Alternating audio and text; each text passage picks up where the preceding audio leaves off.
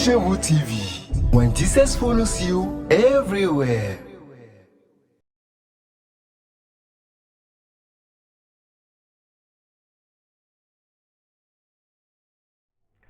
Shalom, shalom, bien-aimés dans le Seigneur, que Dieu vous bénisse encore une fois. Merci d'être encore au rendez-vous ce matin sur la Christ chez vous TV pour cette émission que vous aimez tant, que nous appelons Rendez-vous Homme de Dieu. Ce matin, nous avons reçu un éminent homme de Dieu qui nous vient directement du Bénin. Je vais nommer le pasteur Kevin Alamou et à qui je vais donner tout à l'heure le micro pour qu'il puisse mieux se présenter.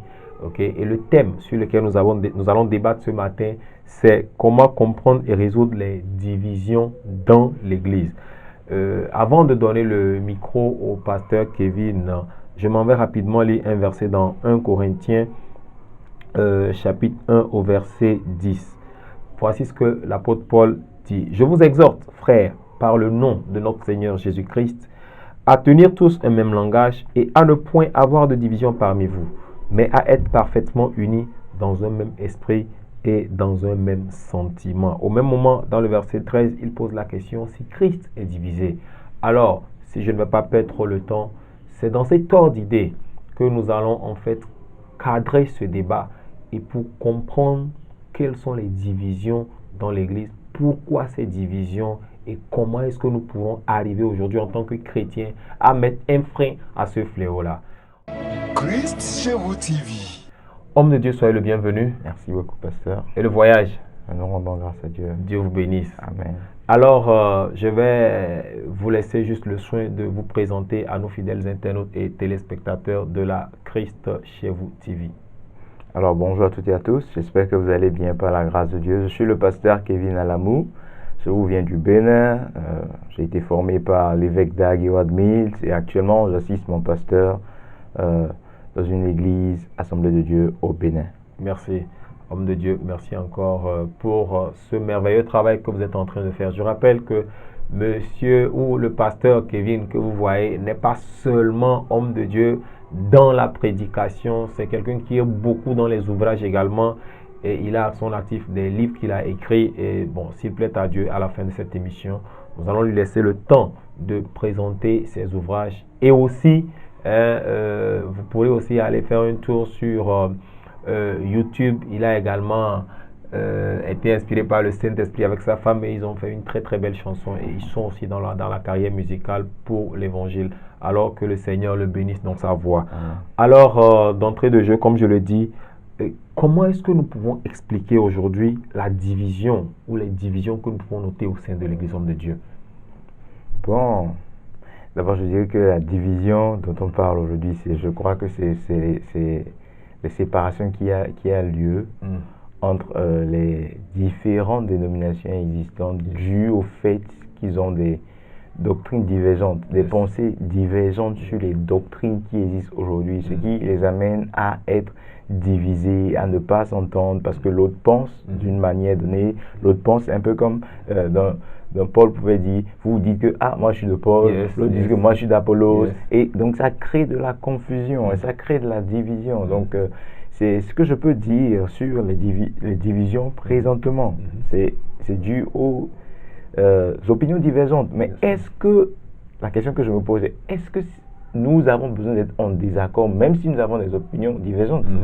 Nous pouvons avoir des opinions divergentes et être en accord, et marcher dans l'amour. Bien sûr, bien sûr. Ouais. Ok, alors gloire à Dieu parce que nous pouvons avoir des opinions divergentes, mais quand même, nous pouvons marcher dans l'amour. Les disciples de Jésus-Christ étaient toujours en harmonie, malgré qu'ils avaient des opinions divergentes sur beaucoup de points d'ailleurs qui les divisaient. Bien sûr. Ah ok, gloire à Dieu. Bien sûr. Alors, si je dois continuer dans cet ordre d'idée, homme de Dieu, quelles sont les formes de division que nous pouvons noter aujourd'hui au sein de l'Église? Bon, je crois que tout le monde sait déjà que nous avons des divisions, des dénominations. C'est la première forme de division. Oui, les divisions dénominationnelles. Les divisions dénominationnelles, les catholiques, après les catholiques, il y a eu les protestants. Après les protestants, nous avons les méthodistes, évangéliques, pentecôtes, tout ça là. Il y a plusieurs divisions dénominationnelles. Ensuite, dans les dénominations, il y a encore des divisions entre les leaders. Vous voyez? Et ensuite, à part les divisions entre les leaders, il y a aussi division même entre les membres de l'église. Et nous pouvons voir cela dans 1 Corinthiens 3. 1 Corinthiens 3, Paul a parlé de ça. L'église de Corinthe, ils avaient les dons, ils étaient spirituels, mais ils étaient divisés entre eux. Et il a déploré cela. Il les a traités d'enfants, de bébés spirituels. Parce qu'une église ou une dénomination là où règne la division, c'est que nous ne sommes pas encore parvenus au niveau de maturité. Ce n'est pas moi qui le dis, ne vous fâchez pas contre moi, c'est dans la Bible, 1 Corinthiens 3. Lorsqu'il y a des jalousies, des querelles, des divisions entre leaders, entre chrétiens, tout ça, ça prouve que nous n'avons pas encore atteint la maturité. Nous notons aussi des divisions non seulement entre leaders, entre membres, mais nous voyons aussi des divisions entre leaders et membres. Bien sûr. Nous notons aussi des divisions entre les leaders et les membres. Alors, est-ce que les divisions en soi sont mauvaises? Est-ce que avoir des points de vue divergents, est-ce que c'est mauvais en soi, homme de Dieu? Bon, est-ce que moi, je pense que ça devait normalement enrichir l'Église. Mais est-ce que c'est assez mauvais? Vous savez, je crois que si la diversité, si c'était mauvais, Dieu allait arrêter ça, je pense bien. Vous savez, Dieu c'est un architecte. Dieu est dans la diversité. Dieu aime la diversité. Jusque le centre doit être Christ. Vous voyez donc, le fait qu'on ait des opinions divergentes, est-ce que Christ est glorifié? Est-ce que Christ est prêché? C'est le plus important. Même si nos opinions sont divergentes, nous avons un même objectif. Christ prêché, Christ glorifié. Et Paul l'a dit quelque part dans Philippiens 1, lorsque vous allez dans le verset 15, il a dit, il y a des gens qui prêchent par esprit de dispute, il y a des gens qui prêchent par plaisir pour remplir leur ventre, mais Christ n'est pas moins prêché. Christ n'est pas moins prêché. Donc l'essentiel là, c'est que Christ soit prêché, quelles que soient les opinions divergentes. Est-ce que Christ est glorifié? Est-ce que Christ est prêché? Gloire à Dieu. Vous voyez? Effectivement. Et Paul nous l'a dit, que tout ce que nous faisons, sachons le faire pour la gloire de Dieu. Pour la gloire de Dieu. Tant que mon frère, ma soeur, tant que le leader différent de moi est en train de prêcher Christ, est en train de glorifier Christ, je ne vois pas pourquoi est-ce que je vais forcément me mettre en travers de son chemin, ou je ne vois pas pourquoi je dois en fait le vilipender. Malheureusement, nous voyons aujourd'hui que c'est ce qui se passe dans le corps du Christ. Les autres sont là en train de critiquer leurs frères parce que moi je ne suis pas catholique, donc ce que les catholiques font n'est pas bien, parce que moi je ne suis pas pentecôtiste, donc je pense que le catholique est mauvais. Le catholique pense que les témoins de Jéhovah, eux, ils ne sont même pas appelés par Dieu. Tout ça là, qu'est-ce qui peut, à côté de ça, expliquer tout ça, homme de Dieu? C'est vrai que dans la définition, vous nous aviez expliqué un peu ce que c'est qu'une division au sein de l'Église. Mais tous ces petits mots, tous ces problèmes-là que nous voyons dans l'Église de Corinthe, qu'est-ce qui peut en fait expliquer ça? Alors, qu'est-ce qui est à la base de toute cette division dans l'Église? Bon, vous savez, déjà je dirais que ce qui crée assez de divisions dans nos églises aujourd'hui, il y a Satan qui en est la cause. Il y a Satan qui est à la base. Pourquoi? Vous savez, les deux institutions les plus combattues par Satan sur la terre, c'est l'église et la famille. L'église est la famille spirituelle, et la famille, c'est la famille terrestre naturelle. Pourquoi? Parce que lorsqu'une famille est unie, vous allez voir Dieu dit que c'est une bonne chose pour les frères, d'accord, de demeurer ensemble. Lorsque les frères demeurent ensemble, en harmonie, unis, qu'est-ce qui se passe? La bénédiction de Dieu est déversée. Vous comprenez? Donc, si il y a diversité de religions ou bien de dénominations, et que nous pouvons, malgré nos divergences, être ensemble, il y aura un niveau de bénédiction que nous allons expérimenter sur la terre.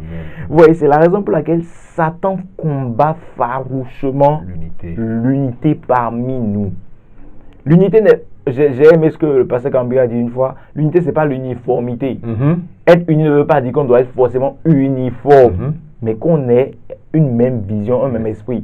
Et Paul a dit cela, Paul a dit, Philippiens 1 que je vais lire ici. Oui, bien sûr. Il a dit, Philippiens 1, le verset 27 à 28. Oui. Paul dit ceci: conduisez-vous d'une manière digne de l'évangile de Christ, afin que, soit que je vienne vous voir, soit que je reste absent. J'entends dire que vous demeurez ferme dans un même esprit, esprit de gagner le monde pour Christ, combattant d'une même âme, même pensée pour la foi de l'évangile, sans vous laisser effrayer.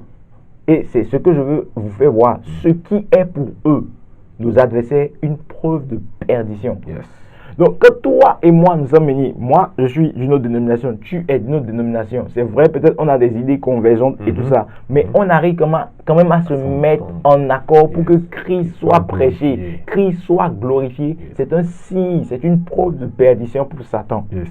Ouais, et c'est pour cela qu'il va se battre pour qu'on ne soit pas ensemble, pour qu'on se dise, ah, c'est moi qui détiens la vérité, ah, c'est lui qui détient la vérité. Et laissez-moi vous dire quelque chose. Vous savez, une seule personne à lui seul ne peut pas détenir toute la vérité. Ce n'est pas possible. Paul a dit, nous connaissons en partie. Donc, Dieu est très sage. Nous connaissons en partie. Donc, l'idée que tu as, tu penses que souvent, on pense souvent, c'est moi qui connais.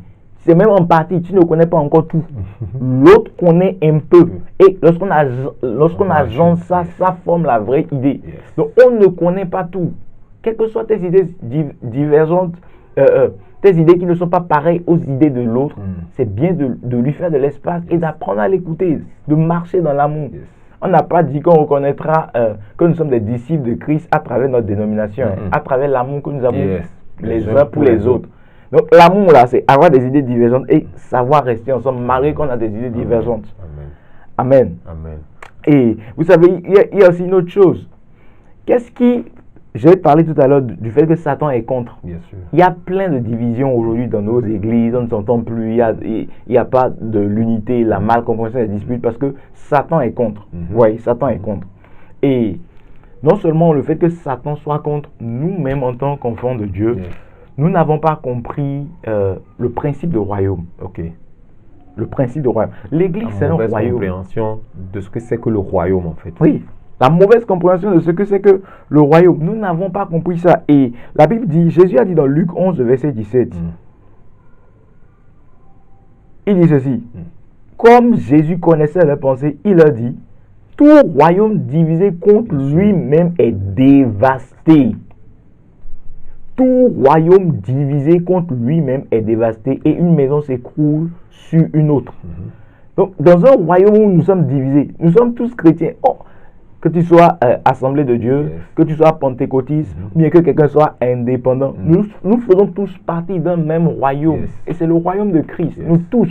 Donc, Paul dit dans Colossiens 1 que nous avons été transférés du royaume des ténèbres au royaume du Fils de la lumière. Donc, tout le monde fait partie d'un royaume.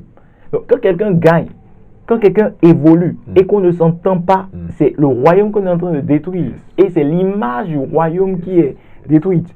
Récemment, j'ai entendu une histoire où un chef de village voulait organiser un programme dans le village, une fête dans le village. Et vous savez ce qui s'est passé? Le chef a décidé de confier ça aux leaders chrétiens, aux leaders religieux. Et il a confié ça aux leaders chrétiens. Ah, tel pasteur dit c'est moi qui vais faire. L'autre pasteur dit c'est moi qui vais faire. L'autre pasteur dit c'est moi qui vais faire ceci. L'autre pasteur dit c'est moi qui vais faire ça là. Et finalement, ça a créé un grand problème. Ça a créé un grand amalgame. C'est devenu un trouble. Entre eux chrétiens. Entre eux chrétiens. Les païens ne sont même pas encore dedans. Entre eux chrétiens, c'est devenu un trouble. Parce qu'on vient de différentes dénominations. C'est moi qui connais. C'est moi qui connais. Non, c'est pas comme ça. Lorsque nous faisons ça, l'image du royaume est entachée. Vous devez savoir que nous sommes un royaume. Et si quelqu'un nous représente, quelqu'un représente l'Église, nous devons prier qu'il réussisse bien afin que le royaume soit bien représenté. Vous comprenez un peu? Donc, c'est comme tout à l'heure, je disais à quelqu'un, regardez un peu, tu es Togolais. Lorsque les éperviers du Togo vont et remportent un match, tout le monde est content ou pas? Bien sûr, tout le monde est content. Tout le monde jacasse dans la rue et tout ça. Là. Nous sommes contents. C'est comme ça aussi avec Dieu. C'est comme ça avec Dieu. C'est comme ça avec Dieu. Malheureusement, nous n'avons pas cette mentalité-là. Donc, quand l'autre réussit là, moi j'ai envie de faire aussi pareil. J'ai envie de faire ça. J'ai envie de faire ça. Et la jalousie commence à monter dans mon cœur. Parce que Dieu ne m'utilise pas dans un domaine donné. Je commence pas à combattre l'autre.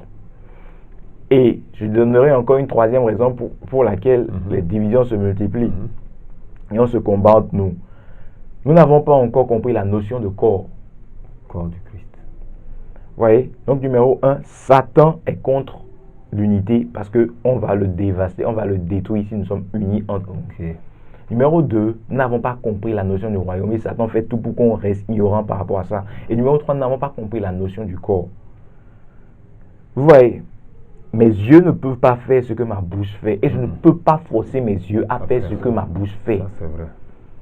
On ne peut pas fonctionner de la même façon dans le ministère, ce n'est pas possible. Nous avons des personnalités différentes, nous avons des tempéraments différents. Donc, on ne pourra jamais fonctionner de la même façon. Nous devons célébrer nos différences pour faire des exploits. D'accord? L'essentiel, je vous ai dit tout à l'heure, est-ce que Christ est prêché? Est-ce que Christ est glorifié? Alors laissez les gens fonctionner de la manière dont Dieu leur a permis de fonctionner. Parce que nous sommes un corps. Quelqu'un dans le corps du Christ aujourd'hui joue le rôle du pied. Quelqu'un joue le rôle des oreilles.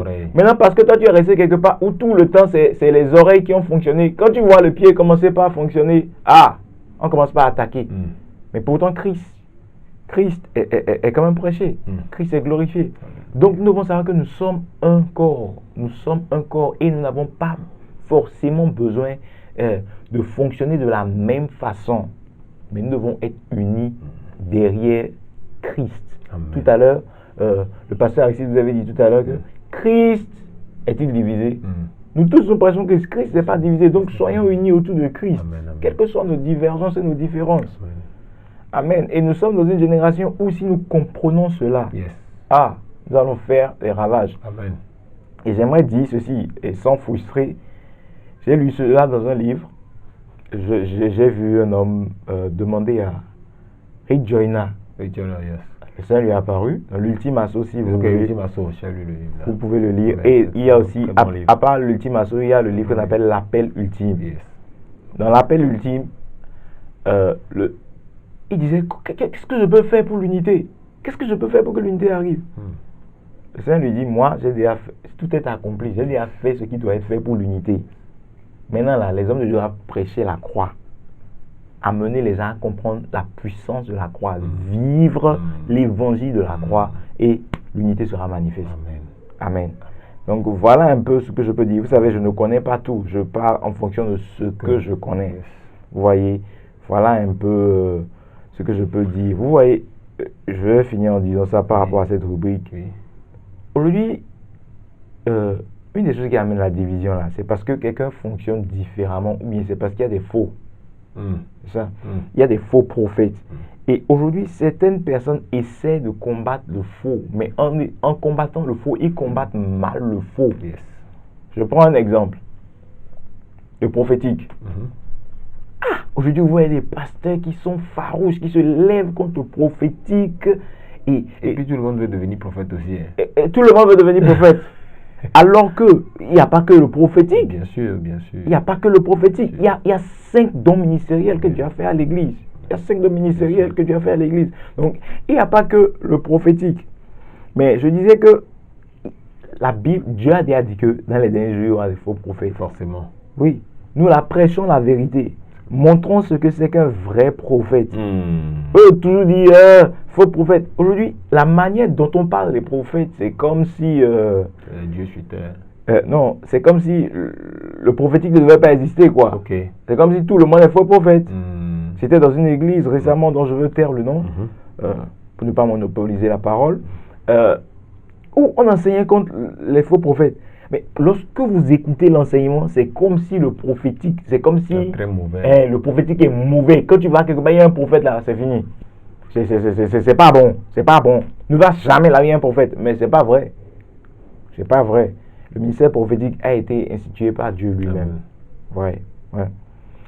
Merci beaucoup, Pasteur Kevin, pour toutes ces explications très, très enrichissantes que vous venez de nous donner. Et ça permet aussi à beaucoup de personnes de comprendre les raisons fondamentales aujourd'hui qui créent la division au sein de l'Église.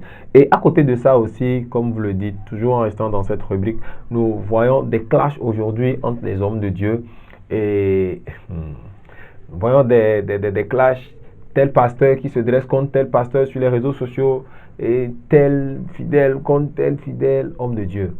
Au-delà de tout cela, ce que nous sommes appelés à faire, c'est d'amener les gens en fait à pouvoir sortir de cette division et à rentrer dans l'unité. C'est vrai, Vous aviez dit dans votre intervention précédente qu'en prêchant le message de la croix, les hommes seront beaucoup plus unis autour de la cause commune.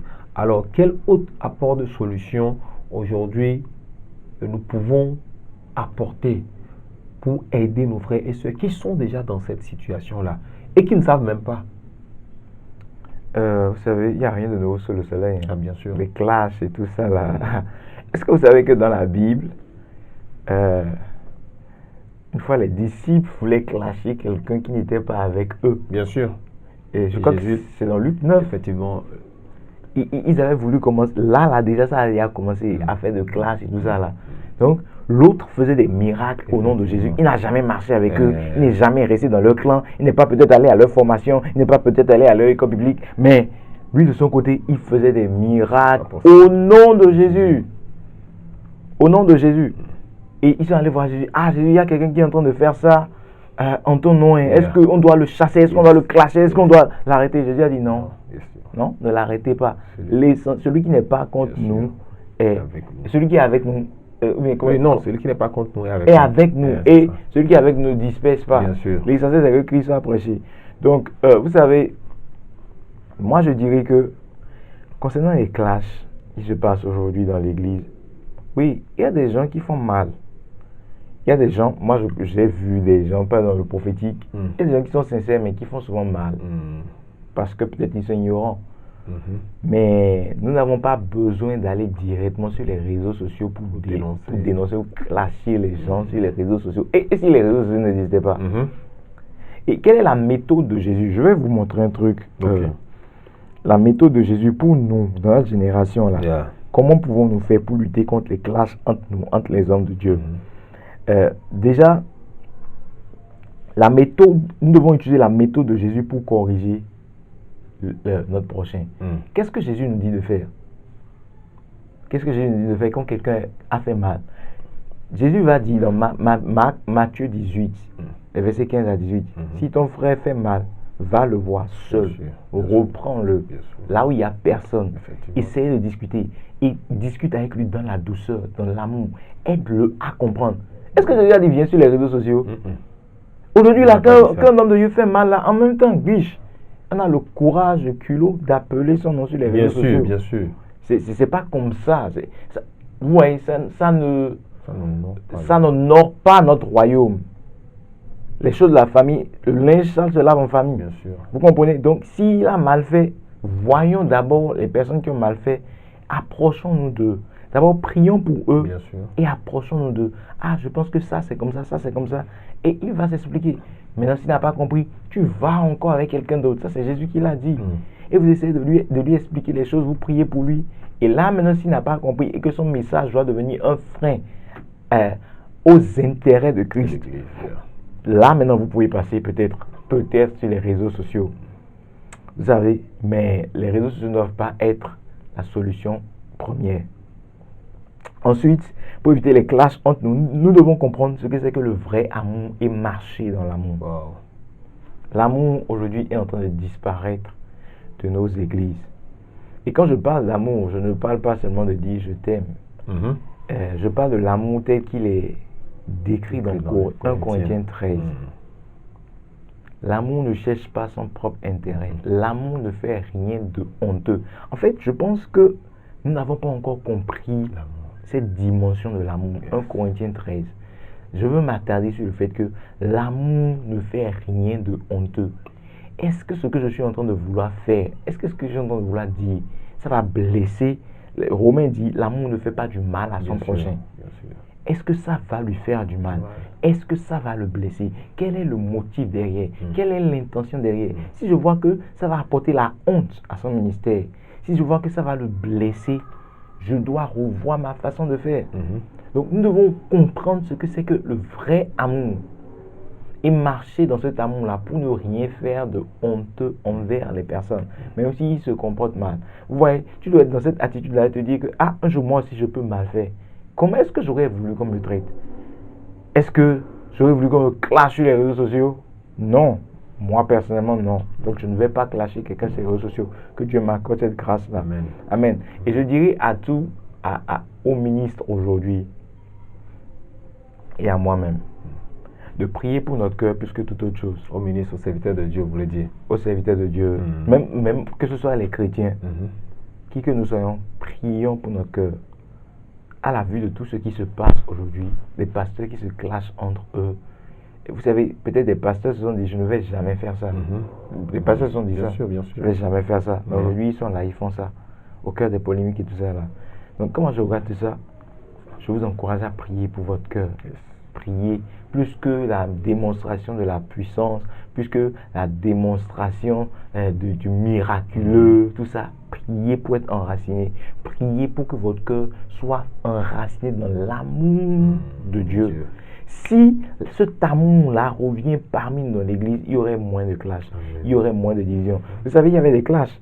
Il y avait un peu de division parmi les chrétiens, les premiers disciples. Ça existait. Mais ils ont pu rester ensemble.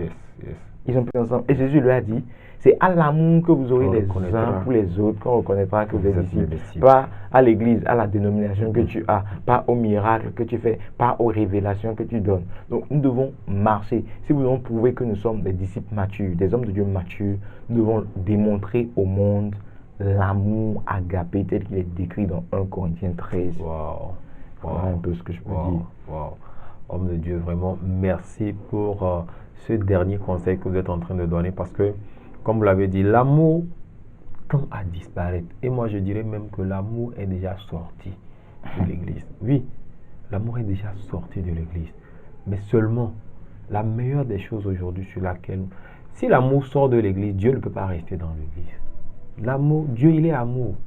Alors, aujourd'hui, je crois que c'est de très bonne guerre que nous prenons conscience de ces conseils que l'homme de Dieu est en train de nous donner et que nous fassions l'effort de marcher dans ces voies. Et je crois que ces problèmes que l'Église a, par la grâce de Dieu, ils vont commencer par être décomptés. Alléluia. Alors, homme de Dieu, nous sommes pratiquement arrivés au thème de notre émission. Alors, un dernier mot pour tous ceux-là qui sont en train de nous regarder. Ok, vous savez, je dirais ceci, Église, nous sommes un corps. Nous sommes un corps. En fait, je vais vous lire quelque chose que Paul a dit dans 1 Corinthiens 12. 1 Corinthiens 12, oui. Nous allons finir avec ça. 1 Corinthiens 12, oui. Verset 14. Oui. Ou bien même allons-y au verset 12. Car, comme le corps est un et a plusieurs membres, et comme tous les membres du corps, malgré leur nombre, ne forment qu'un seul corps, ainsi en est-il de Christ. Amen. Verset 14. Ainsi, le corps n'est pas un seul membre. Ce n'est pas une seule église. Ce n'est pas une seule dénomination. Ce n'est pas seulement un patron chrétien. Ce n'est pas seulement vase d'honneur. Ce n'est pas seulement lighthouse. Ce n'est pas seulement porte des cieux. Ce n'est pas seulement clé des cieux. Ce n'est pas seulement protestant. Ce n'est pas seulement catholique. D'accord? Ainsi, le corps n'est pas un seul membre, mais il est formé de plusieurs membres. Wow. Le corps de Christ, ça c'est nous tous ensemble. Et nous devons nous soutenir. Ensuite, si le pied disait, parce que je ne suis pas une main, je ne suis pas de telle dénomination, je ne suis pas du corps, ne serait-il pas du corps pour cela? Non. Et si l'oreille disait, parce que je ne suis pas un œil, je ne suis pas du corps, ne serait-il pas du corps pour cela? Si tout le corps était œil, où serait l'oreille? Si tout le corps était œil, ça c'est pas moi qui le dis. Si seulement on était dans l'enseignement du début jusqu'à la fin, il n'y a pas la manifestation de prophétie. Pourquoi Dieu a donné le prophétique? Pourquoi Dieu a donné les apôtres? Pourquoi? Parce qu'il pense, c'est vrai qu'aujourd'hui le prophétique est mal géré. Les gens le font pas comme Dieu l'a dit dans le Nouveau Testament. Mais ce n'est même pas seulement le prophétique, même dans certains enseignements, il y a certaines choses que vous écoutez. Bien sûr, et je dirais qu'un enseignant, celui qui enseigne mal est aussi un faux prophète. Bien sûr, bien sûr. C'est pas seulement celui qui donne des révélations prophétiques et ça ne se vérifie pas. Celui qui enseigne mal, parce que la parole de Dieu c'est des prophéties. Donc tu enseignes mal la parole de Dieu, c'est aussi un faux prophète. Ce que tu enseignes n'est pas dans la parole de Dieu, tu es un faux prophète. Et donc, si tout le corps était œil, où serait l'ouïe? Mhm. S'il était tout ouïe, où serait l'odorat? Imagine tout ton corps sans le nez. Si tous, maintenant il dit, maintenant Dieu a placé chacun des membres dans le corps comme il l'a voulu. Dieu appelle quelqu'un à quelque chose. Est-ce que Christ sera glorifié? S'il sera glorifié, soutenons-nous. Dieu est dans la diversité. Et il y aura encore plus de multiplication de ministères partout. Mais lorsque même Dieu nous appelle, j'aimerais vous dire quelque chose. Lorsque Dieu t'appelle, fais tout pour ne pas être seulement indépendant. Fais partie d'un corps. Fais partie d'une association. Ne sois pas seul, indépendant dans ton côté. Sois soumis à quelqu'un. Fais partie d'une association. Et il dit, si tous étaient un seul membre, où serait le corps? Maintenant donc, il y a plusieurs membres et un seul corps. Nous sommes un seul corps, quelles que soient nos divergences, quelles que soient nos différences. L'œil ne peut pas dire à la main, je n'ai pas besoin de toi. AD ne peut pas dire à Pentecôte, je n'ai pas besoin de toi. Je n'ai pas besoin de vous. Mais bien plutôt, les membres du corps qui paraissent être les plus faibles sont aussi nécessaires. C'est pas moi qui le dis, c'est dans la Bible. Je crois qu'on doit comprendre ça. Mais bien plutôt, les membres du corps qui paraissent les plus faibles sont nécessaires. Et ceux que nous estimons être les moins honorables du corps, nous les entourons d'un plus grand honneur. Ainsi, nos membres les moins honnêtes reçoivent aussi plus d'honneur. Tandis que ceux qui sont honnêtes n'en ont pas besoin, Dieu a disposé le corps de manière à donner plus d'honneur à ceux qui en manquaient, afin qu'il n'y ait pas de division dans le corps, mais que les membres aient également soin les uns des autres. Donc, quelles que soient nos dénominations, Dieu ne veut pas qu'on soit divisé malgré nos différences, malgré nos différentes manières de fonctionner. L'œil ne fonctionne pas comme l'oreille. Regardez un peu la division du fleuve. Oui, bien sûr. Moïse a utilisé quoi? Bâton. Élie est venu utiliser quoi? Manteau. Est-ce que le fleuve a été divisé? doit être divisé. Est-ce que Dieu a été glorifié? Oui. Donc, on a diverses façons. Il est venu marcher même sur l'eau. Jésus a même marché sur l'eau. Tu as dit quoi? Donc, il y a différentes manières d'opérer. Donc, que Christ soit glorifié, que les intérêts de l'homme ne soient pas glorifiés. C'est tout ce que nous devons chercher dans nos ministères et nous entraîner afin que Christ soit glorifié. Et si quelqu'un réussit, vous devez aussi, si quelqu'un réussit, c'est nous qui réussissons. Et pour finir maintenant, je dirais ceci, homme de Dieu ou serviteur de Dieu, découvrons notre champ d'appel et opérons dans notre champ d'appel. Comme ça, il n'y aura pas de division. Dans l'ultime assaut, Jésus a dit, aujourd'hui, mes grands leaders font de grandes choses. C'est bon, hein, c'est chic. Mais ce sont des choses auxquelles je ne les ai pas appelés. C'est ce qui crée la division. Certains se trouvent dans des couloirs où ils ne doivent pas être. Et quand ceux qui se trouvent dans le couloir commencent à opérer dedans, on se clash. Et ça crée de la division. Nous sommes un seul corps. Trouvons notre fonction dans le corps et opérons dans cette fonction-là. Et laissons les autres opérer dans leur fonction. D'accord? Comprendra qui pourra. Wow. Merci beaucoup à vous, chers hommes de Dieu. Alors, vous avez de vos frères, les Béninois, qui sont en train de vous regarder. Vous avez de vos frères, les Togolais. Vous êtes carrément de la sous-région. Donc, je ne peux pas. Alléluia. Vous avez un dernier mot ou bien une petite dédicace. Vous voulez saluer une ou deux personnes? Non, bon, je veux rendre grâce à Dieu pour la vie de mes pères. Surtout ça, je rends grâce à Dieu pour la vie de mes pères.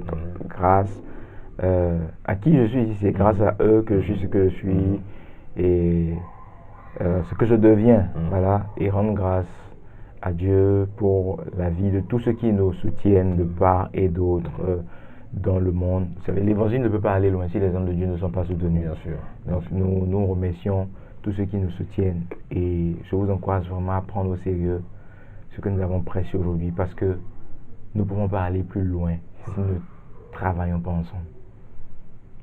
Merci beaucoup. Et d'entrée de jeu également, je disais que le pasteur Kevin Alamo, il est dans les ouvrages, il est également dans l'art musical et homme de Dieu. Alors, je crois que c'est 2 livres, non? Bon, ouais, 2 livres. Voilà. Bon. Il y a plusieurs livres. Ok. Priez pour nous. Ok. Un des livres a été déjà édité Bien et sûr. le lancement officiel c'est bientôt, Ok. mais le livre est déjà disponible. Ok. C'est l'intercession pour la nation. Intercession pour les nations. Ok. L'importance du chrétien, l'importance pour le chrétien d'intercéder. Moi, je dis souvent, lorsque vous étudiez l'intercession pour la nation, vous verrez que c'est l'obligation d'un chrétien pour sa bénédiction. Un chrétien qui n'intercède pas peut ne pas être béni là où il est. Jésus a dit, je vous envoie, Dieu a dit au peuple d'Israël, je vous envoie en captivité Bien sûr. dans un pays. Jérémie 29, verset 7. Priez pour la nation dans laquelle je vous envoie en captivité, car votre paix dépend de sa paix. Aujourd'hui, vous priez seulement pour vous, vous ne priez pas pour la nation, vous ne priez pas pour les gens qui vous entourent. Vous comprenez? C'est très important pour le chrétien. Ok. Donc, c'est le premier ouvrage que nous avons écrit. Ok. Les autres ouvrages sont disponibles, mais en version électronique. Ok. Et c'est beaucoup plus sur la prière. Ok. Et pour avoir accès à vos livres, à vos ouvrages, comment est-ce que nous faisons? Bon, pour avoir accès à nos livres, à nos Vous allez ouvrages, laisser vos contacts ou bien est-ce qu'il y a une plateforme qui est dédiée par rapport à ça? déjà, il y a une plateforme que vous pouvez joindre Oui. si vous avez besoin des livres. C'est la plateforme Telegram. Ok. Nous avons une plateforme Telegram. Vous cherchez juste mon nom, Ok. au point Kevin Alamou, sur Telegram. Oui. Et vous pouvez faire la demande des livres qui sont disponibles. Ou bien vous cherchez toujours sur Telegram, Forteresse de la vérité. Ok. Ce sont des chaînes, des forums qui existent. Vous venez dans le forum, vous demandez à être servi, vous avez besoin du livre. On vous dira ce qu'il faut faire pour avoir les livres. Merci beaucoup, homme de Dieu. Nous avons passé un excellent moment avec vous et le Seigneur était vraiment présent. Nous avons senti l'Esprit de Dieu encore révéler des choses. Alors, pendant que nous allons quitter ce plateau, je dis merci à vous tous, chers internautes et téléspectateurs, qui avez accepté de passer volontiers ce temps avec nous. Que le Seigneur vous fortifie, que le Seigneur vous bénisse. Nous disons également merci à Dieu pour l'équipe de Christ chez vous et de notre technicien spécial, M. Kokou, qui est derrière la caméra. Dieu le bénisse. Bye bye. Bye.